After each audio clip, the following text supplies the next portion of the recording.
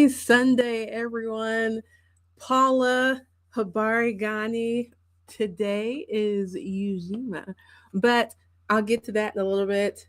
First, I wanted to say welcome on in tonight. It has been a while since I've done a live stream like that, so I appreciate you all hopping on with me. If you're new to this channel, you have no idea who I am. My name is Timalyn Bowens, and I am America's favorite EA. I not only am America's favorite enrolled agent, I'm the owner of Bowens Tax Solutions, which is a virtual firm based in Louisville, Kentucky, and we specialize in helping entrepreneurs, first generation entrepreneurs, resolve their six-figure tax debt with the IRS. All right. And along the way, as I've built my practice, I've had other tax professionals, enrolled agents, even CPAs ask me for help along the way. So that's why on the YouTube channel, on LinkedIn, on Facebook, you'll see me share information that will help you to build your own successful enrolled agent firm. All right. So that's what we're going to focus on in tonight's video. So if you're a taxpayer and not a tax professional checking this out, I appreciate you hopping on, but this video isn't for you. This one is dedicated to my tax professionals. And while the title says enrolled agent, if you're not an enrolled agent, but you prepare, tax returns for pay, then this video is yet for you. All right. So let me see who is on. I got 5 people that showing on YouTube, 3 on Facebook. It just jumped up. So if you're in the virtual room right now, drop in the comments. Make sure to let me know where you're tuning in from. I'm going to check LinkedIn real quick because you guys know StreamYard doesn't always show me who I have from LinkedIn. So if you're on LinkedIn, for sure, make sure that you give StreamYard permission to show me your comments. All right. So the LinkedIn stream is up and good. Awesome. So Paula was the first person to hop on. She said, happy Sunday, Habari Gani. And that's why I said Habari Gani back. And I said today's principle is Ujima, which, if you're not familiar, we are in the 3rd day of Kwanzaa, which is a holiday that celebrates African American heritage here in the United States. So Ujima is Swahili and it means collective work and responsibility. I wasn't actually going to talk about that tonight, but that's kind of what we're doing here, right? Because I have a personal mission to fill the tax literacy gap, one taxpayer at a time. But the thing is, there are enough taxpayers for all of us to serve. I can't impact the whole tax industry all by myself. However, I can share what I've learned with other tax professionals just like you to help you to make sure that we have tax returns that are being ethically done, that taxpayers are staying informed.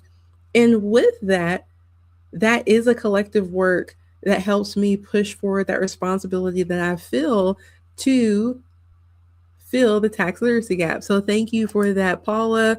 We have your favorite tax mitigator on saying happy Sunday, Timalyn. Happy Sunday to you as well, Misha. Ashley Boss Chick, I haven't seen you in a while, ma'am, right here in Louisville, Kentucky. I think the last time I actually saw you was probably in Orlando, like 4 years ago. So thank you, thank you, thank you. Yes, we are doing collective work. Such an intentional day message. Yeah, I actually didn't do that on purpose, but look at that. I do not want to mispronounce your name. So, because if you don't know, with a name like Timalyn, born in the 80s, I've been called Timberland, the boot, Timbaland, the producer. So, if you will please, and I'm going to say Miss T, if you will give me the pronunciation of your name spelled out, because I don't want to say it wrong. But thank you so much for tuning in from Boston, Massachusetts. Miss Janice finally made it live. I'm glad you're here too. We have South Florida in the building. So you all, I do have a checklist of 10 different things, and I want to make sure that I get through it. Um, because again, I know that this is the last Sunday of the year. NFL is on. My husband's a 49er fan, so his game's going to be on in about 20 minutes. So I'll let you all get back to your lives, but I did want to share this checklist with you just to make sure that you're prepared to actually take on next season with intention. Because when you take on the tax season with intention, that's going to also overflow and go into your 2026 as well. And it's nice to say that you're going to do something, but if you don't create a plan, you can say, well, I didn't really try. But with the plan, you have to take accountability for that and actually push it through. All right. So, Tolu, thank you for being on tonight and thank you for giving me that phonetic pronunciation. And I see you too, Miss Martika from Chicago. We're about to get your weather here tomorrow. With this, you may have to come back and watch the replay. Okay. And I know LinkedIn is about 40 seconds behind us. However, I still want you guys to tune in or comment in the chat when we get to you. When I was looking at the checklist for tax professionals in getting ready for the season and then also getting ready for the year, I thought about mistakes that I've made as an enrolled agent, and I thought about mistakes that I've seen other tax professionals make and what kind of throws us off kilter and doesn't allow us to actually hit the goals that we want to have. So, the very first thing that I want to share with you guys on your tax preparation checklist, and let me do this. I'm sorry because I definitely could have had this in here already. The first thing that we want to make sure that we have before all else and that we're clear on what it is our purpose. So, with that, give me just a second because I don't want that to scroll across.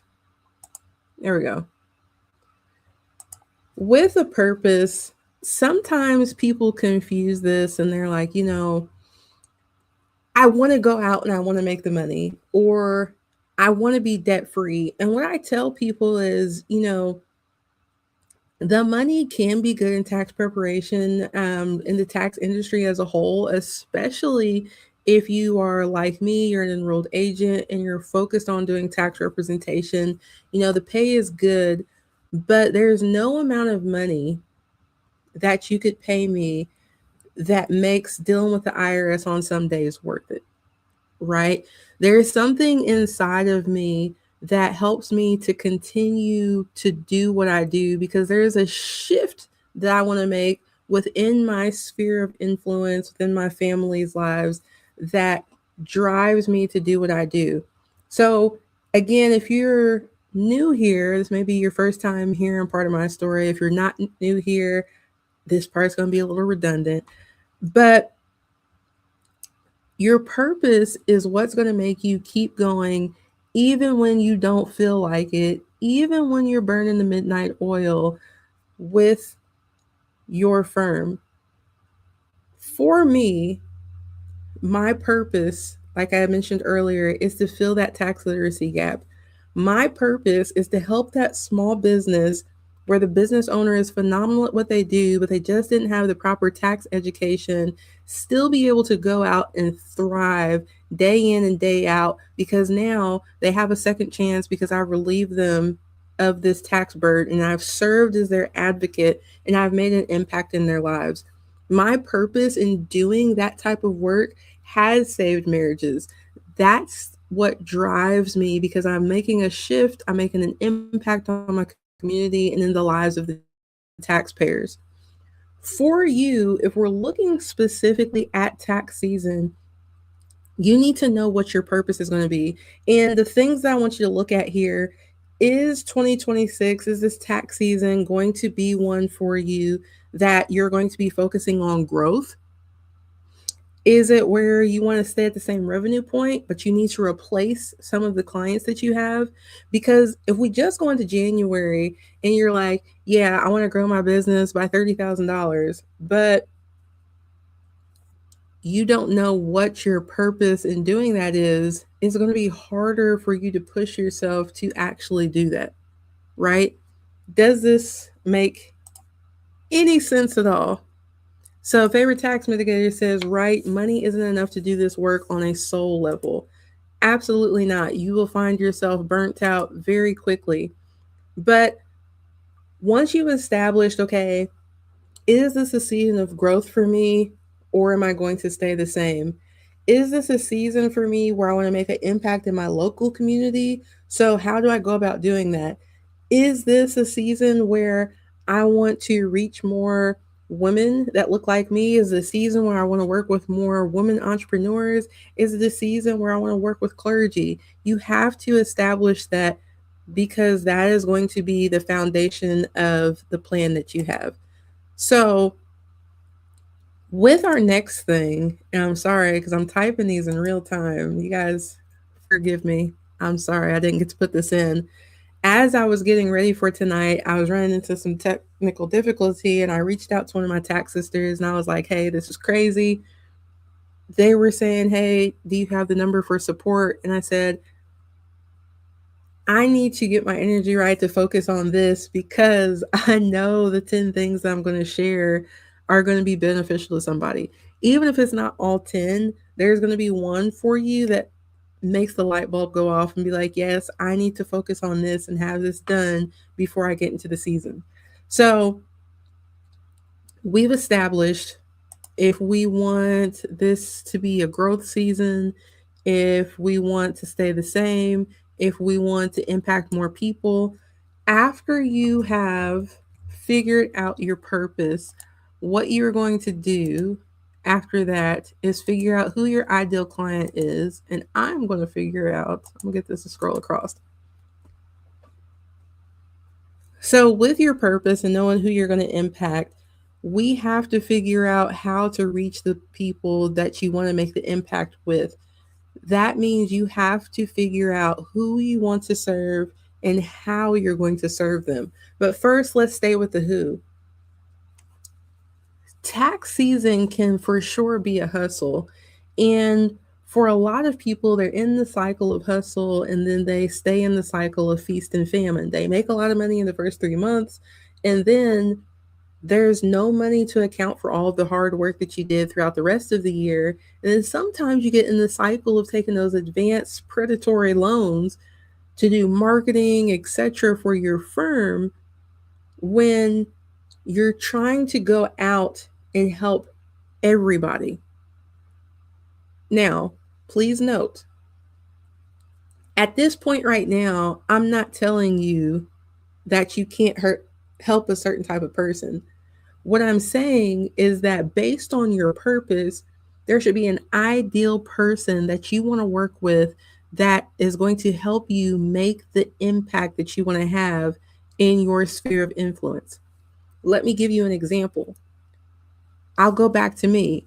Remember, I said I have this in depth, like, need, desire, burning to fill the tax literacy gap one taxpayer at a time.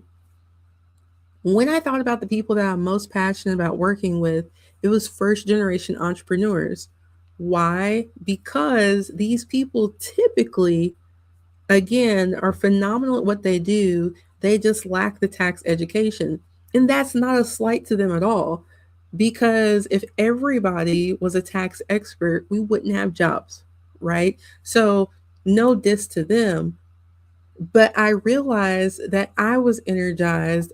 I loved working with them. So that is who I wanted to focus on helping. So with that, I said, okay, I'm going to help these first generation entrepreneurs who owe the IRS 6 figures or more. That gives me clarity in who I'm talking to when I do events. That gives me clarity in who I'm talking to when I speak to people online. That gives me clarity when I send out emails to my email list from my firm, Bowens Tax Solutions. Does that mean that I can't work with anybody else? No. I think sometimes for us, when we hear that we need to pick a certain type of clientele, we're like, oh no, well, I don't want to box myself in. I'm not telling you to box yourself in. I'm telling you to take accountability and actually get clarification for yourself so that you can become an expert in one area versus being a jack of all trade and a master of none. Okay? So once we have the purpose, we know what we want to do for these people. Next, we figure out who that person is. And the next part, I kind of alluded to already, we figure out how we're going to serve them. So the third thing that you need to have is your service offering. So again, one, we need to establish the purpose. What is your purpose in running this firm? What is your purpose in actually preparing taxes this season? What is the impact that it's going to have? So let me tell you all this. For me and my firm, I took tax preparation off the table for new people, I believe in 2021. However, last year was the first time I opened up my books because for the most part, I got rid of all the business owners. This past year, I, on the rep side, had so many clients whose returns were done incorrectly. I had a lady who received a notice from the IRS because they were they had adjusted and were proposing a change that would result in them owing around $60,000. I looked at it. It wasn't officially representation what she was desiring. However, had the return been done correctly in the first place, the balance would have only been around 8,000. Because I see the need for people to do taxes ethically, correctly, and with conscience, I decided this tax season, I'm opening my book of business up to 75 new clients, right? Now, with that, I have my purpose. My purpose really isn't for personal growth, but it is for growth within my firm because another one of my goals was to hire somebody in 2026. Well, now if I have these 75 returns and we're going to take our time, we're going to do them correctly and make sure that the taxpayer understands what they are signing. I know who my ideal client is. Somebody who's going to want their return done ethically, who doesn't want to be a tax expert, but who wants to understand what they're signing. So now I have my purpose. Now I have my ideal client. So now I have a service offering for them that speaks to what they need. Because with the One Big Beautiful Bill Act, we're going to see even more scammers in our industry because they're falsely selling the no tax on tips, the no tax on overtime, and they're going to have these people jacked up. It took me a while, but once I saw the first one, I keep seeing tax returns now with fake, fraudulent fuel credits on it. I don't, not all of them, I don't think all of the taxpayers whose returns have the fake fuel credits on them were aware of it. I do think that they were actually trying to do the right thing and seeking somebody to um, get them tax deductions and credits that will reduce the liability so they could pay the least amount of taxes. I think they just got hoodwinked, honestly.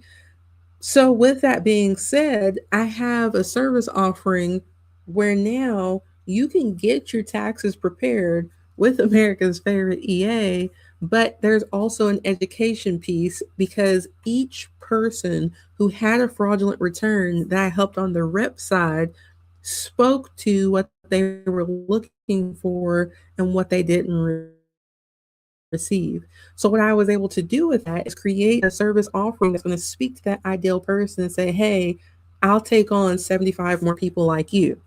Now, for you in your firm, you may be in a different stage. You may only do tax preparation. You may not know who you want to work with yet. It's easy easy to take the time to go to Google and research different things and say, okay, this is what my ideal client wants, this is what my ideal client thinks. But it's much easier to actually get it from the horse's mouth. So I didn't intend to go here, but when I started my firm 2016, I still have a stack of notebooks, right? From every single call that I've ever done with a prospect. I thought I knew who I wanted to work with when I started. I take notes from the calls, and then I compiled their different pain points. I looked at what they needed. I looked at what the people who I didn't like, what they had in common that I didn't want to work with, because I said, okay, if I host a class and the class talks on these things, I know who I'm going to attract, what type of person is going to be looking for this information. If I talk about these things, this person I don't want to work with is going to be attracted to it. So, what I was able to do from that research was create a service offering that my ideal client was looking for. So, if you've been talking to clients throughout the year, look at that information from the notes that you've taken and create a service offering based on that. For me, and I'm super excited about it now, when it first was rolling out, it's completely anti AI because folks were using and abusing it, not fact checking, etc., etc. But I have started using the Ping Assistant, which is a note taker that's exclusive to accountants. And when I say that, it categorizes things in a way that our brains think, right? So from a conversation, it's going to pull out, okay, potential tax planning. It's going to pull out things about financial statements. It's going to pull out what tax forms and things were or mentioned, that type of thing. It can make the process of collecting data from prospects much faster to help you create a service offering. Okay. So once we have the purpose, we know who the ideal client is, and now we know how we'll serve them because remember, we just created this service offering. Now, for those of you who this may be your first year, give yourself grace because you have to figure out who you want to work with, right? But I will tell you this about service offerings. I would not suggest having more than 3 because here's the thing, it's nice to be able to go somewhere and have something customized for yourself. However, during tax season, when people want things that you don't offer and you make slight adjustments, one, you wear yourself thin, even though they may enjoy it, they may be the beneficiaries of it, it's going to end up hurting you. And then two, it is going to hurt you with this next part because you're going to have trouble pricing all of your different service offerings. All right. So, one, we need purpose. Two, we need our clients who. Three, how are we going to serve them with a service offering? And then four, pricing. Before you get on the phone with anybody, before you start advertising for taking on new clients in 2026, you need to have your pricing together. Now, there are folks that I know they'll post in different forums and groups like,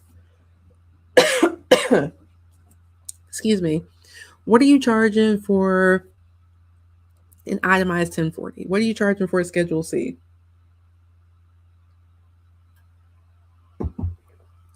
There's going to be a lot that's going to make that fluctuate. Yes, you can look at other people's prices kind of like for a baseline, but if you don't have the same experience, you shouldn't be charging the same price. But what folks often overlook is the price that you're charging actually covering the cost that you have. So let's say that this is your first season, you want to do 50 tax returns, right? And you want to be profitable in doing that 50 tax returns. Things that you need to take into consideration is the price of your software. So if you're using something like a Pro Connect, if you're using something like a Drake, whatever it is, what's the cost of the software going to be for 50 returns? If you're not using a pay per return software, then what's the cost of the full software divided by the 50?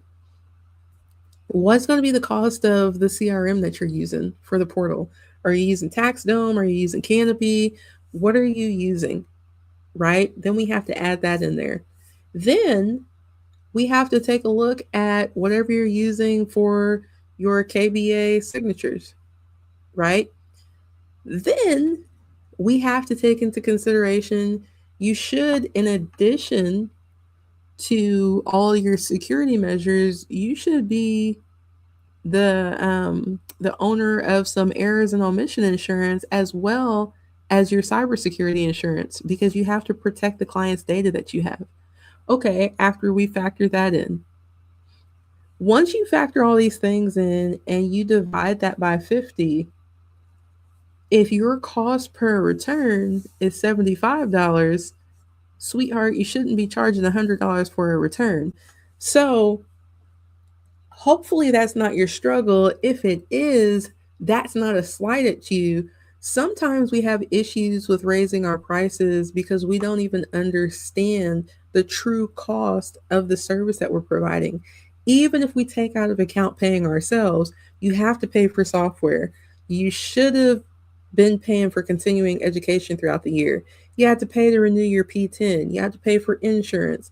All of these things cost money, and you shouldn't be living on the edge because your pricing isn't up to par. Because even after you cover the cost, you want to be able to comfortably pay yourself so that you can enjoy the fruit of your labor, right? So, when we're looking at pricing and something that I've been working on recently, I just did this somewhat in the tax season marketing class a few weeks ago. You need to already have projections of the income that you're going to make for the year. And then you need to take a look at what your current prices are, how many returns you actually need to complete to hit that goal. But then you also want to factor in your cost as well to see, okay, if it takes X amount of time on a return, how much money am I actually making per return? You also want to make sure that if you have employees, you're taking that into consideration. So when I look at my budget, even though I don't charge by the hour, I still have something factored in for how much my time is worth. That means if my time is worth 4 times what this person's time is worth, 10 times what this person's time is worth, it's actually cheaper for me to have them work on this, even if it takes them a little bit longer, because my eyes applied to something else can make the firm more money. Does that make sense? Sometimes when we get stuck in our pricing too, we think that if we're doing everything in the firm, we're saving ourselves money, when actually, if you and your time is of higher value and you can make more money by doing something else, that task that's just tedious and taking time is something that should be outsourced to someone else or something that you should hire someone else to do. Does that make sense? You guys are getting quiet on me, so I hope you're taking notes. If everything that I'm saying is making sense right now, give me a thumbs up. As I'm going along, if this is the first live you've ever caught of mine, if you have questions, go ahead and put them down in the comments and I'll address them as we go. All right. So we have our purpose. Then from there, we are clear on who our ideal client is. We get clear on how we're going to serve them with a service offering, which also frees you up because then you're able to let them be clear on who you serve and how. That's another reason too, not just with pricing, but your service offering is going to attract people and it's going to also make the wrong people go away. It is okay for you to say no. This is your business. If you haven't watched my enrolled career yet, I want to encourage you to do that. It is actually here on YouTube now, but you can also find it on Spotify. Both are video versions. with that, the last episode 24, I had Yvette Best from Georgia on, and we talked about working the muscle and saying no, right? Because every person should not be your ideal client. That's going to take away your efficiency, but that's going to also take away your purpose. You don't want to get stuck in the mode where all you're trying to do is get more and more and more and more and more and more and more people in, because what that's going to do for you is compromise the integrity of the work that you do because you're not able to take your time on it. It's going to compromise the integrity of what you're doing because you're going to come across things that you're not the expert on, but you don't want to take the time to actually do the adequate and proper research because you have so many more people in line that you have to get through. So sometimes, again, when we don't have that service offering, we're just taking everybody and we're not saying no, we become our biggest enemy and we're in the way because we're not clear with what we will and what we won't do. And we can't always blame it on the taxpayer. It starts with you not being clear about who you are in the space and who you serve. All right. So I got thumbs up. I'm taking notes. Okie dokie. Cool. So we'll keep going. 5, we're going to get to advertising. So now that you already are clear on your purpose, you're clear on your client, clear on the service offering, let me put this in. We are going to work on advertising. So this is funny. A lot of people see me on social media now, but I've been here to have a consistent presence. Social media actually isn't how I get the bulk of my business, right? I use social media to make sure that I stay top of mind. But for me, the focus with being on social media, yes, I want to reach more people, but I don't care how many people I reach if they're the wrong people, right?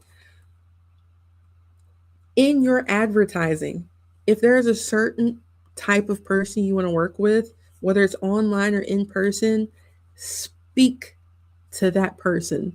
Speak with intention about the things that they care about, the problems that they have.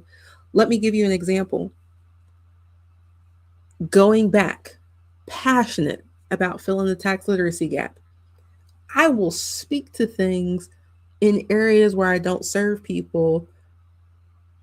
For example, child tax credit. Past 5 years, I'm not trying to attract people who desire a $10,000 refund because they're earned income credit, they have 3 children. Now, if that's who you want to work with, that's who you want to work with. Please do their returns correctly, have some morals. Don't try to price gouge them, right? That's not my ideal person, but I know that there are a lot of scammers within the arena of people who would qualify for earned income credit and get that type of tax refund. So for me, in putting certain information out in my advertising, I'm intentional. So if I put something out for earned income credit individuals, that is not for me to get them as clients. That is for me to fulfill the mission, to fill the tax literacy gap one taxpayer at a time. But in addition to that, to make fans of America's favorite EA, the platform, because if I help people who can't afford to work with me, they'll remember that. And in turn, they become my new advertisers. All right. Same thing with the podcast. I have the Tax Relief with Timalyn Bowens podcast. That has a twofold purpose. Initially, I started that to help taxpayers who couldn't afford to work with me still solve their tax problems. But over time, about 20 episodes over time, so almost a year, people who could afford to work with me would listen to the podcast. They would take that information in and they had the opportunity to feel like they got to know me, still become educated, and it still brought clients in. So with the Tax Relief with Timalyn Bowens podcast, I'm talking to people who can't afford to work with me, but then that call to action is for people who can work with me. In the podcast, and again, using this as an example, in the podcast, I'm letting them know who I am and how I work, who I work with, how I work with them, and how they can book a call to find out if we're a good fit to work with each other and get my pricing. So I'm very, very clear in that. If you're saying, oh, Timalyn, I want to work with people who owe the IRS $100,000 just like you do, that's fine. There are more than enough taxpayers with tax debt for all of us. However, if I go out and I see that you're hosting classes talking about the dependent care credit, your advertising's off. If I see that you're saying, I want to help people convert to S Corps, but then all of your marketing is catered to people with earned income credit, your marketing is off. So I'll have people say, hey, I'm posting, I'm doing this, I'm doing that, I'm going to the events, but I'm not getting any of the people that I want to work with. It's because you're not talking to them. So in your presentation, whether it's online or offline, you have to make sure that you're clear about 1 through 4 because it comes through who you are and how you carry yourself. I started with purpose, and there may have been people that logged off. A lot of people do there because they're like, I wanted you to tell me to do A, B, C, like get this software, get this, that. It doesn't matter what software you have if you don't have a purpose for what you're doing. It doesn't matter what software you have if you don't have an ideal client in mind, because now you're going to be more efficient. And the more you keep working with this type of client, you're going to be known now as the expert. So now people are seeking you instead of you having to go look for clients. We're going to work smarter, not harder here, right? So, advertising. Who are you? My name is Timalyn Bowens. I'm America's favorite EA. That's who I am in person. And then when people go to Google to look for receipts, that's what they'll find me as well. For you, if I were to go out into your community and ask people about you, see who you are, would they just say that you're a tax professional, or would they say your name and this is who she helps?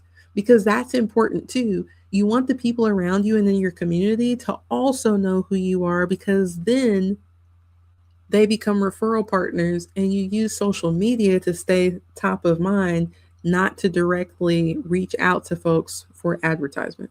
All right. Now, because I have the marketing class, because I help with this in like my mentorship community and everything, does anybody have any specific questions about advertising before we start this next part? And I promise, I think we're going to be done in like 19 minutes. So if you have any specific questions, that is awesome. So still getting thumbs up as of a few minutes ago. Paula, I love this. Couldn't have said it better myself. She said exactly. They don't have to be clients. Meet taxpayers where they are with educational information. And again, I'll say that is with intention. There is some stuff that I put out and I'm like, hey, I'm trying to work with you. What's up? Right? And, I don't say it like that. But there is a combination of different things that I do. Next month, I will be doing a workshop with a financial advisor and a therapist, and we are going to be speaking to first generation entrepreneurs. You all are welcome to come. It is a paid event, but it's a low cost paid event because we still want to get the information to people. And if they become clients, that's cool. But if not, we still want to equip them with the information to do better in business with their taxes, to do better in their business mentally, and to actually have the tools they need to begin building wealth, because making money and building wealth are not the same thing. All right. So, since I don't have any questions, let me go ahead to our next one. And just for a recap, if you're taking notes, we have purpose, the client, service offerings, advertising, and now we're getting a little bit technical. We need to make sure that we have an intake process. All right. Oh, baby Jesus. Some of you all will reach out to help and be like, hey, Timalyn, like I'm backed up. I don't know what's going on. I'm sorry. I don't know what's going on. I keep losing track of my client's stuff. And you're focused on prospects instead of people that are your actual clients. And they're not a client until they've signed the engagement letter and they've paid you. But the reason all of that's getting like mumbo jumbo is because you don't have an intake process. You don't have a standard operating procedure, SOP for that. So remember when I said it's okay to say no?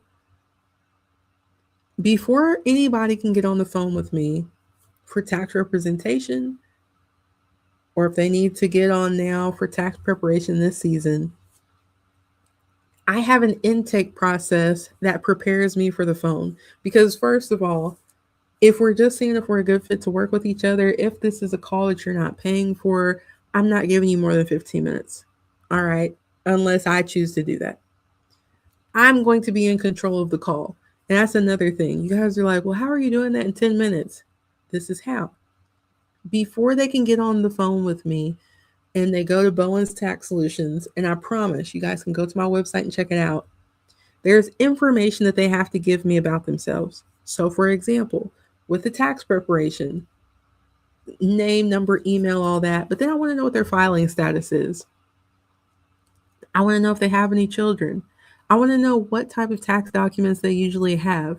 Why? Because before we even get on the phone, I'm going to be able to tell them based on the information they filled out what the price is going to be.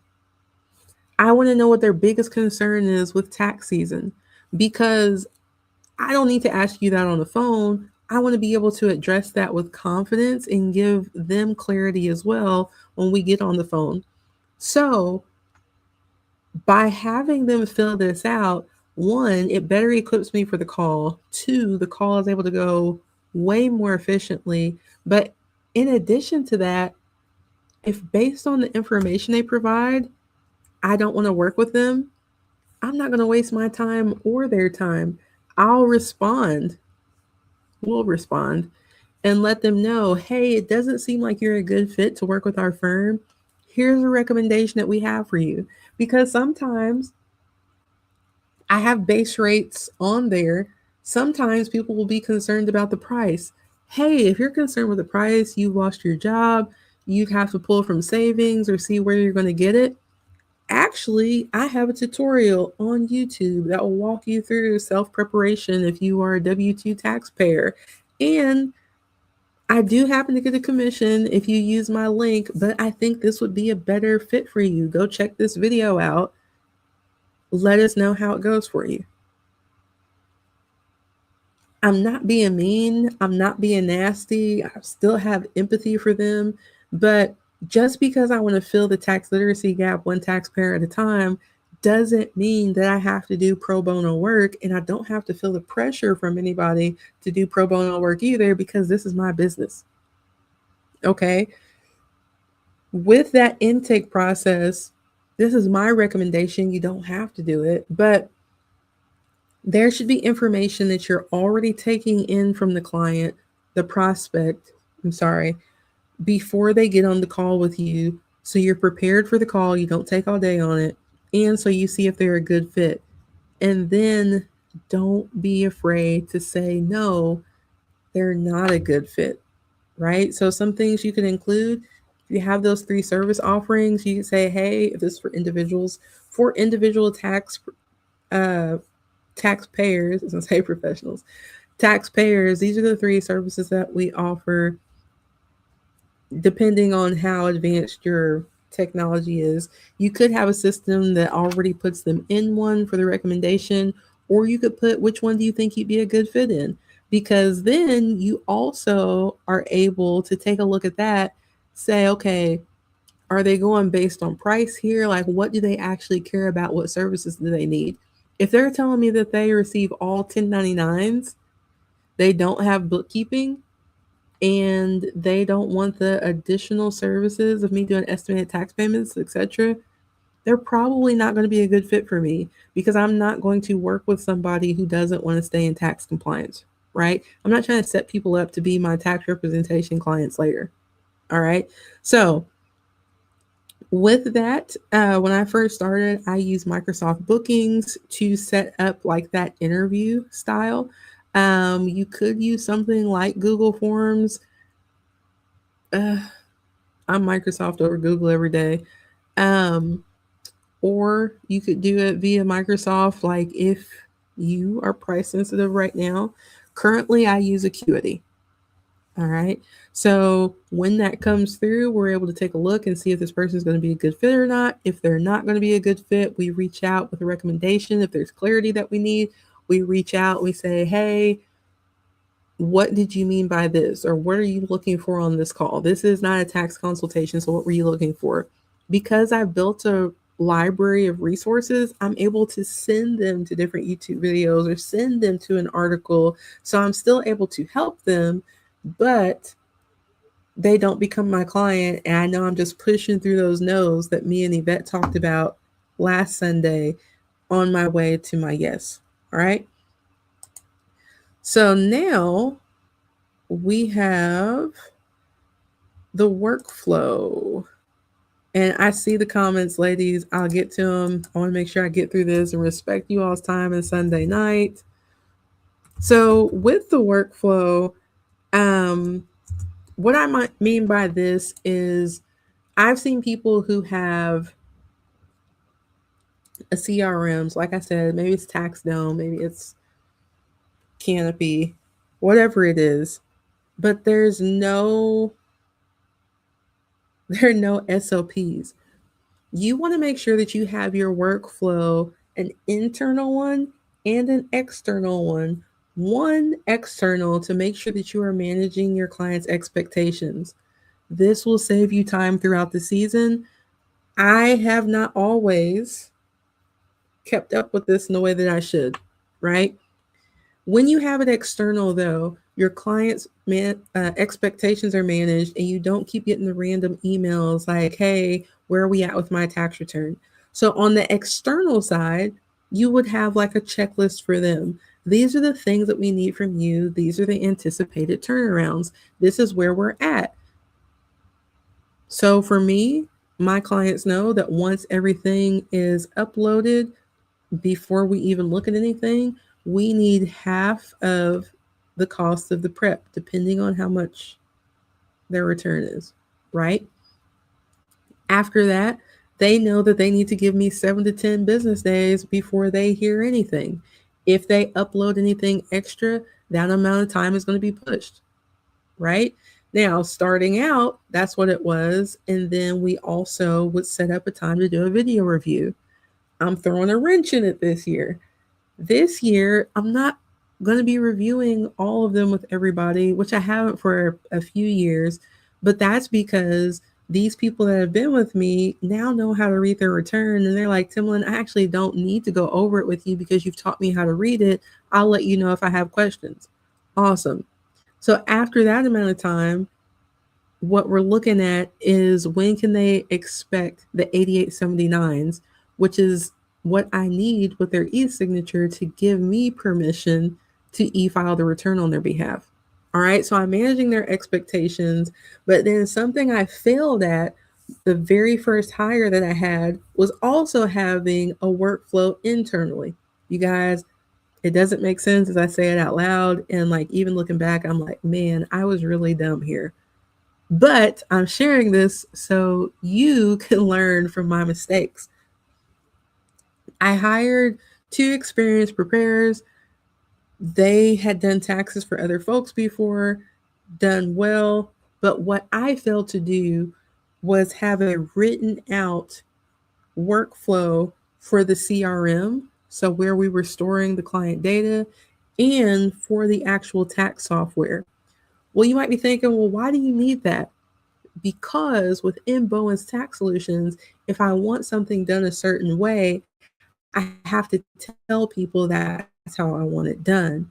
So by And having those SOPs now, we make sure that everybody is doing things uniform in the same order, in the same process. So when I need to review things to sign off on, I'm not going to get somebody that, oh, I halfway did this return before we had everything, or I started before they paid, and now I'm upset because I have to pay the employee because they did work that we'll get to eventually, but these clients had already paid. So looking at what they've been assigned and where they need to start and where different things need to be stored, where they should start the return, how it should get done.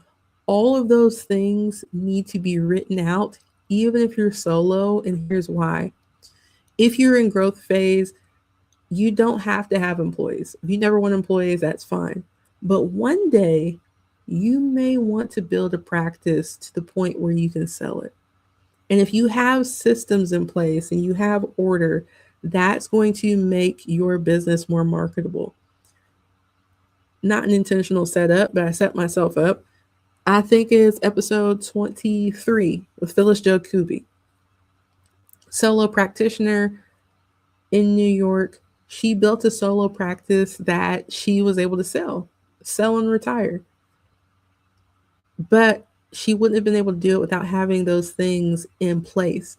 If you have employees and you don't want to always have to be there and watch over them and do different things, you need to have those SOPs and that workflow set out so that you can step away and somebody else can still step in where you're at. Even if you're solo, it helps you keep track of where you're at in the process with people. Because here's the thing, if it's your first season, you're going to be happy if you get 25 clients. Congratulations to you. That is amazing. But at that point, you can still keep everything in your head. Once you get to 30, 50, if you want to do 100, you can't keep all that in your head and where it's at. That's why everything for the client side, those expectations need to be managed. They need to know how to communicate with you, where to upload things, when they should reach out. If they need to reach out, you want to make sure that they understand where you're at in the process so they don't reach out. You want to have all that in place to help with your sanity as well. All right. So let me see. How much time do I have? If you guys give me 10 minutes. All right. Is this actually helpful though? Because I have some live trainings that I do where, we're very heavily engaged. And then I have some trainings I do where like I'll have like 30 people on, but it's super quiet. And that's because you guys are taking notes. So I hope tonight you all are taking notes and that's what it is. But if it's been helpful, let me know in the comments. The next thing I'm going to actually, I'm going to combine these two. So this is 8 and 9, okay? You want to make sure that before you set things in place for 2026, if you haven't done this already, you got 3 days to get it done. Set your personal calendar first. You are priority number one. Yes, there are going to be sacrifices that you have to make to build the business. There are going to be nights that potentially you don't get as much sleep as you want because you're going to wake up early, you're going to stay up working. That's understandable in building a business, but don't make that a habit. Okay. So for your personal calendar, let's say for the month of January, you need to be intentional about making time for you where you're not working on or in your business.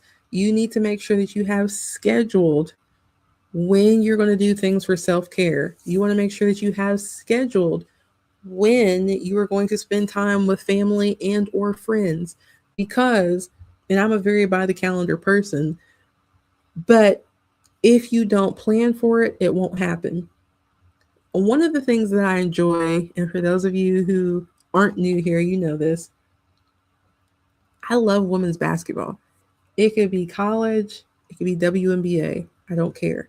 I love it.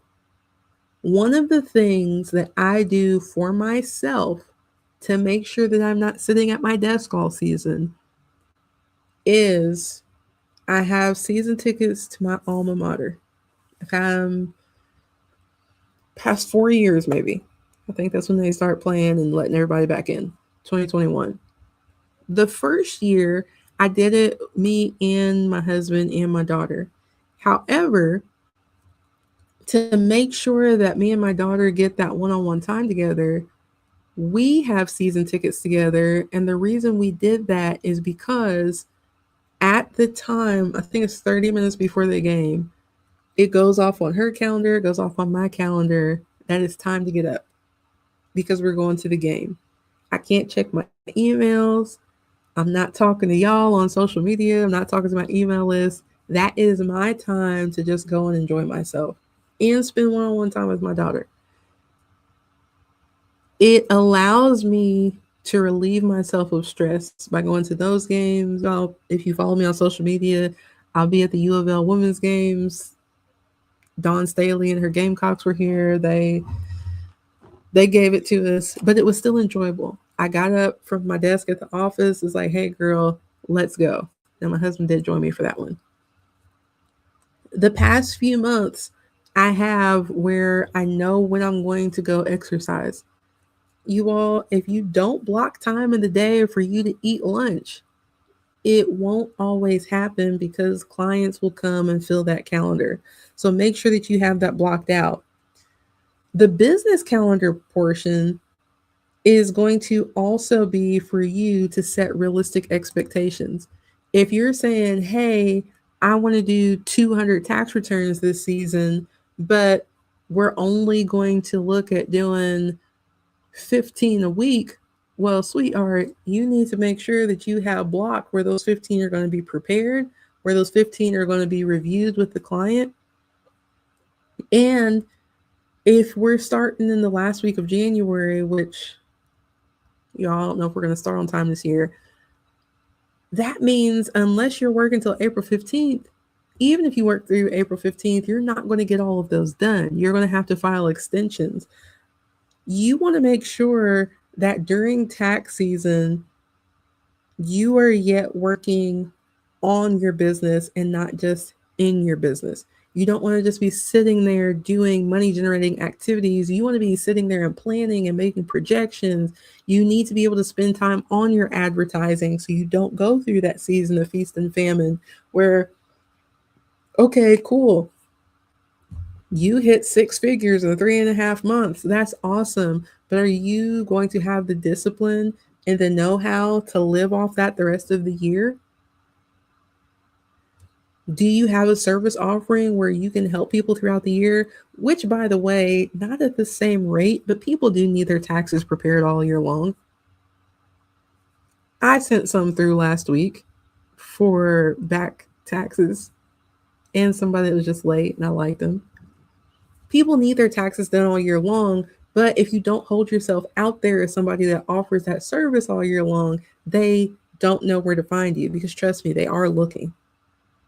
Now, with that too, as you are setting up the time to work on advertising, you also need to make sure that you are setting up time to look at your own books, to make your own projections. Remember when I talked about pricing and I was like, hey, if the cost per return is 75, you shouldn't be charging 100.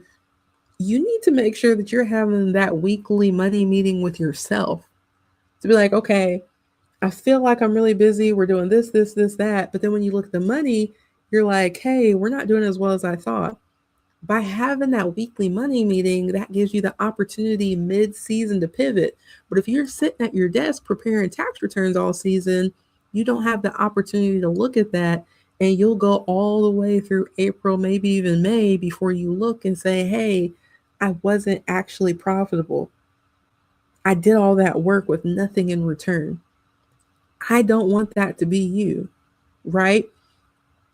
I wouldn't say with nothing in return, but I've gone through seasons where I didn't discipline myself to look at those numbers every week. And because I saw the money coming in, I was like, yes, everything is great. But what happened was due to pricing, I could have made even more, even if I lost some clients due to the fact that I let people say, hey, I need this, this, that. And I didn't say, hey, that's not something I offer. I wasn't as efficient and it took time away.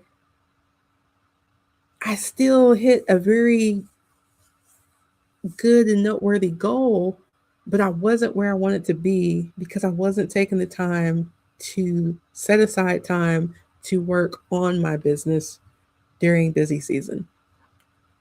So I always tell people, like, hey, in a budget, I would say like 15% of your time should go to marketing.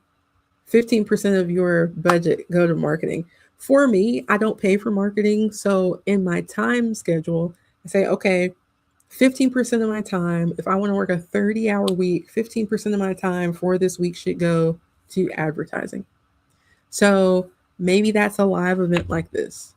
Maybe it's working on a newsletter. Maybe it's working on an article. Maybe it's doing videos. Because January is the end of this week. The W4 videos are going to start rolling out. Make sure that whatever goals that you have it broken into steps of how to reach those goals, and you leave time in your business calendar to actually get it done. Okay? Uh-oh, Tolu, what you laughing at? So last but not least, and thank each and every one of you that has been here with me. You may know where I'm going, you may not. The last thing that you need for the tax season, sometimes I label this differently, but let me see. I'm going to say you need community and accountability. So there were so many tax law changes that came through with the One Big Beautiful Bill Act. And one of the things that we need to be aware of that a lot of people are not, those changes aren't going to go into effect January 2026, so we don't have to worry about them yet.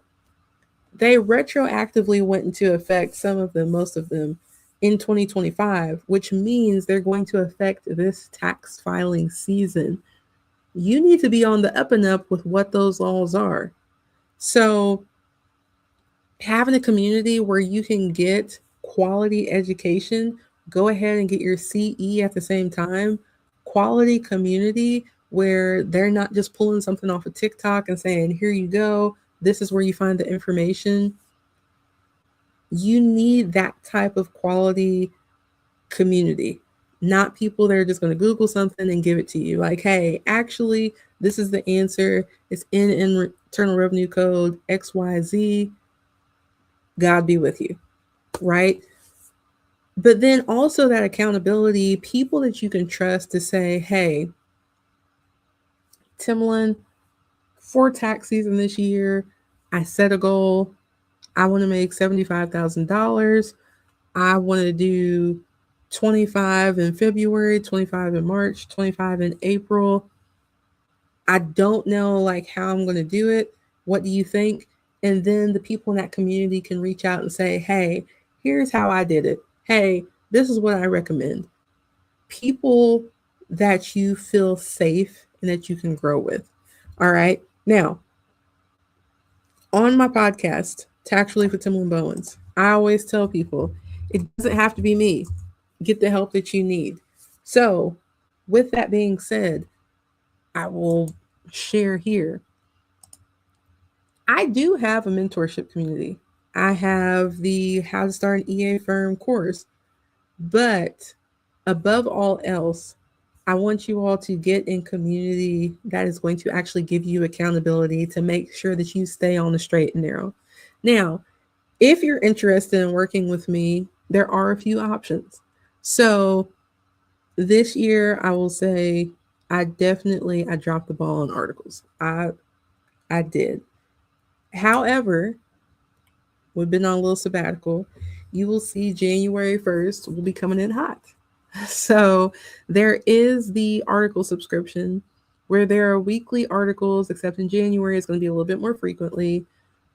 Articles to help you with growing your firm. Now, a lot of the actual articles aren't going to be technical. They're going to be different marketing pieces, things that you should be doing during your set business hours where you're working on your business and not in it.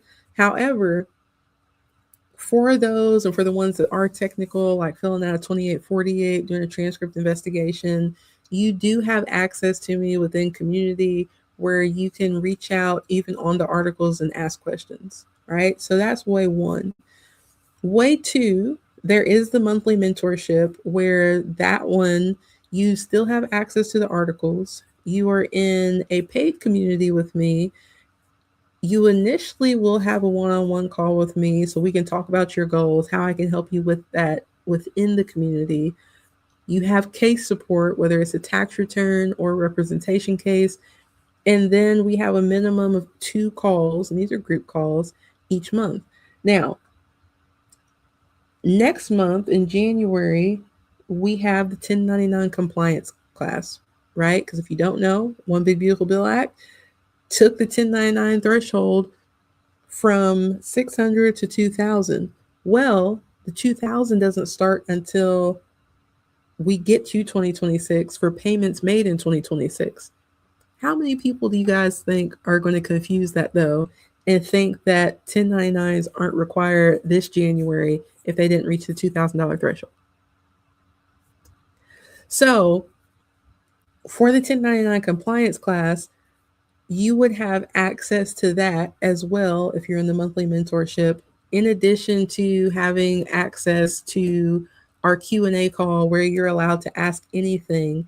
And when people don't have questions, I get in their business, right? So you're not going to be able to get away and be too quiet because I'm going to ask where you are, what you need help with, where you would like to grow, and how I can assist you with that. Now, if you don't want to be in the monthly mentorship program, but you're like, hey, I really would like to do that class, you can do those a la carte.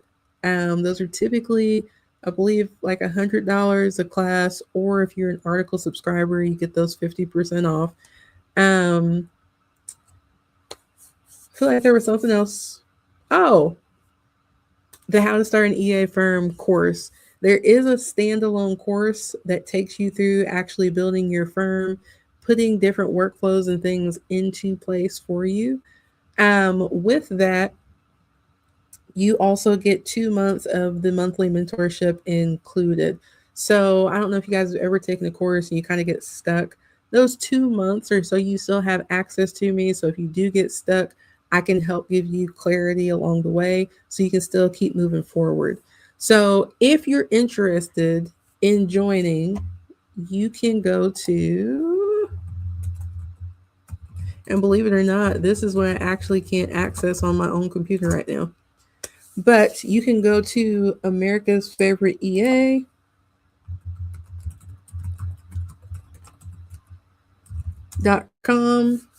and you will see under mentorship the 2 different options. All right. So I got you. My love for women's basketball.